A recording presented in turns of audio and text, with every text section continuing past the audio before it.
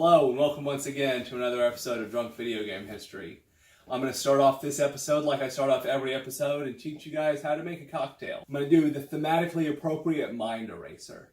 Now, a Mind Eraser is one of those cocktails you should be able to go to most bars and walk in and just order one. The bartender should be able to know what you're going for. It's Take on a Black Russian. If they don't know though, let me show you what it is and you'll be able to order it for yourself. It's pretty simple. It's a 1-1-1, but we're going to do it 2-2-2 because make it a double, as it were, because I'm going to drink quite a bit before I give you guys the full history of the game. So we're going to go 2 parts vodka, which is a good base, I think, for any drink. 2 parts of any coffee-flavored liqueur. Just pour that right in there. And finally, 2 parts of a lemon-lime soda. And again, any old lemon lime soda will do this job just fine. You can find variants of this with tonic water if you want to cut back the sweetness. Mix it up, have fun with it. Make the drink your own. Then just top it off with a little bit of ice.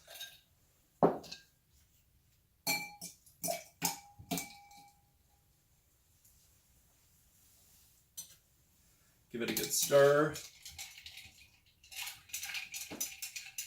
And there you have it. That's a Mind Eraser. Again, this is a simple drink. I know some of you may be a bit disappointed based on my track record with drinks, but I think that you will find that it's thematically appropriate for the game.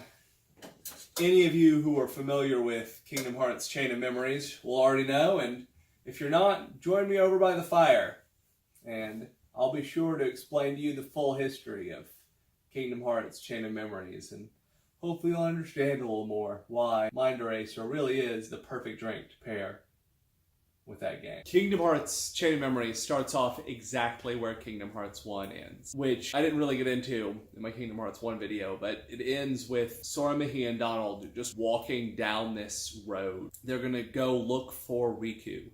Is the plan. They're like, well, let's go just find Riku. So let's walk down this road. Apparently he's in West Virginia. Meander down this road. They have Pluto leading them. And I always have thought, and I know that I'm not the first person to point this out, but the whole Pluto-Goofy relationship is really weird.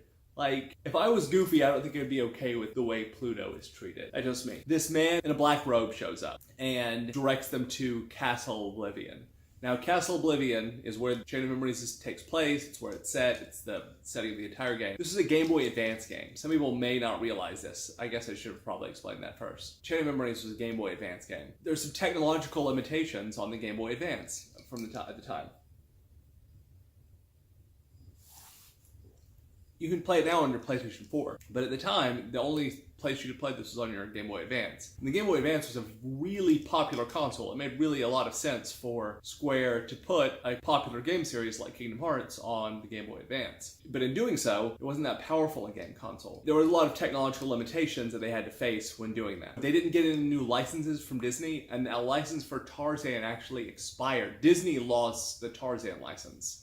Which means that while a lot of important Kingdom Hearts plot stuff happens, no new Disney plot stuff happens, which is hard to describe. What you do in Chain of Memories is, as a player, is pretty much exactly what you did in Kingdom Hearts 1. Meaning, you enter a Disney area, you play through the Disney plot. Again, they set up this convoluted memory loss system, which I'll get into in just a second. Nobody in those areas recognizes you. So you go to Wonderland again, and you go through exactly the Wonderland movie plot. Nobody remembers you from the movie, from the first time you were there in the game. Sora even forgets remembering that he's been there. That's the plot. Again, except Tarzan. Even if you play the original Kingdom Hearts, Tarzan has a special copyright thing, which is also why there hasn't been any Tarzan references in any of the subsequent games. I'm going to focus from here on out on just the Kingdom Hearts related plot things. So you show up to Castle Oblivion, and Castle Oblivion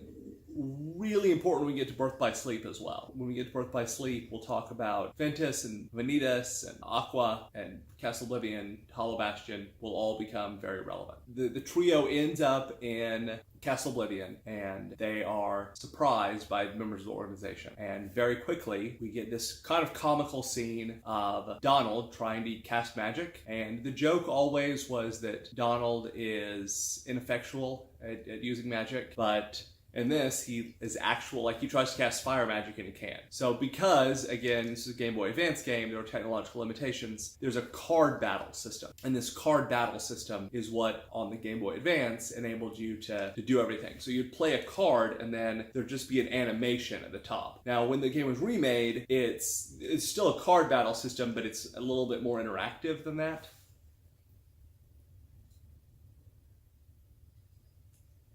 But originally it was fairly rudimentary. When I played it the first time, I was not a fan. I highly recommend the console version. They remade it for PlayStation 2, fully 3D, and it's a lot better. It's a very fun game. They kept this card battle system for it, and I'm not sure if that works, but it works with the plot a lot. So you're quickly introduced to the characters. The main villain of Kingdom Hearts Chain of Memories is far and away my favorite organization member. His name is Marluxia, and I will fight. I haven't played through Kingdom Hearts 3. As of recording this video, I'm not done with Kingdom Hearts 3. So if they say Marluxia's name in Kingdom Hearts 3, I don't know. But I will fight anyone who calls him Marluxia. I think that calling Marluxia Marluxia is about the dumbest thing I ever hear people do on the internet. And that includes flat earthers. His name is Marluxia, and Marluxia is awesome. He has power over flowers, and he wields this amazing scythe, and his boss battles are amazing.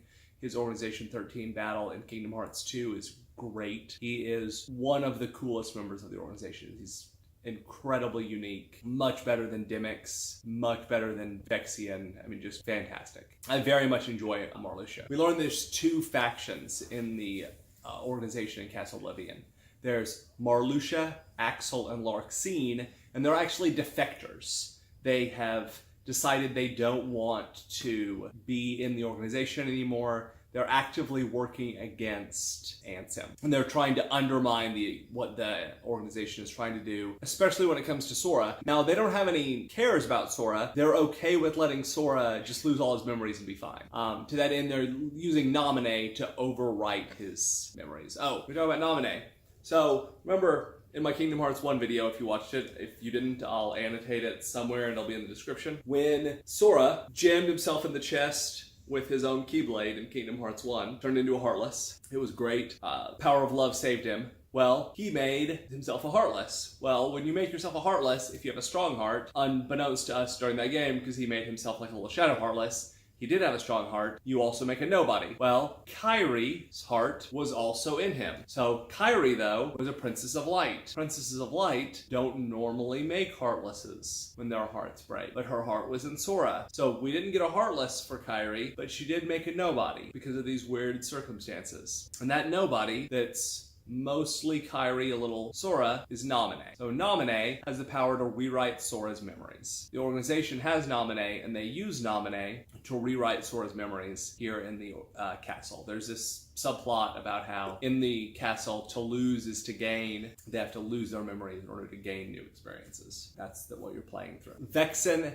Lexaeus, and Zexion, they are still loyal to the organization, and they are working to do what Ansem wants them to do. In Castle Oblivion, they've made this data version of Riku. He's called now Replica Riku. Sora then has this foil. Throughout the game, Sora fights Replica Riku, and at the end of the game, if you beat it now, there's a thing where you can go and play through it as Riku, but you don't actually get to fight Sora as Riku. Only Replica Riku fights Sora. It's complicated because it's Kingdom Hearts.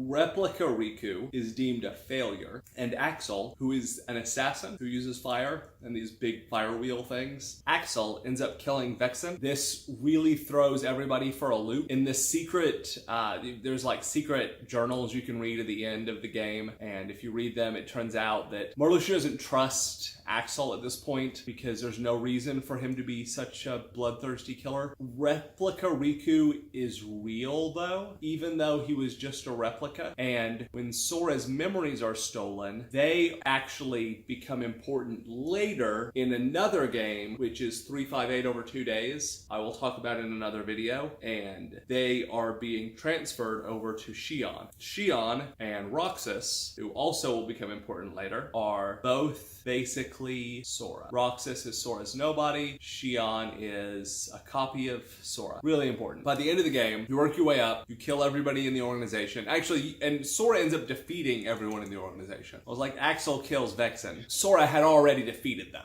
and then Axel just shows up and kills them. At the end of the game, you've worked your way through, you've killed everybody, they're all dead, you meet Naminé. And Naminé is like, okay, hey, I've basically erased and rewritten all of your memories. Throughout the game, Sora's forgetting everything. He's like, I won't forget the people I really care about, except he does. He forgets about Kairi. I think he had forgotten Donald and Goofy, but they were right there the whole time. Jiminy's journals completely erased. In fact, the only thing they write at the very end of this game, they write thank Naminé in it. That'll become important when I do my Kingdom Hearts 2 video. So Naminé has erased all of Sora's memories, basically. And in Kingdom Hearts, your heart is a thing, and your memory is your identity. She's like, I can fix you, but you'll have to go into this cocoon thing, and you'll be in there for a year. That's what he does. He goes into this cocoon, and that's how the game ends. We fully trust Naminé. We're on board with it. We think that she's gonna be great, and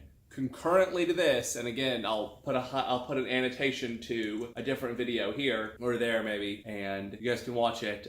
Kingdom Hearts 358 over 2 days. Really good game. It was on the DS, and as far as I know, it's only been released on the DS. I highly recommend it too. I'll talk about it more then. I don't know what my cocktail's going to be for it, but I hope you guys join me for that one, and especially come back for my Kingdom Hearts 2 video. Catch you guys next time.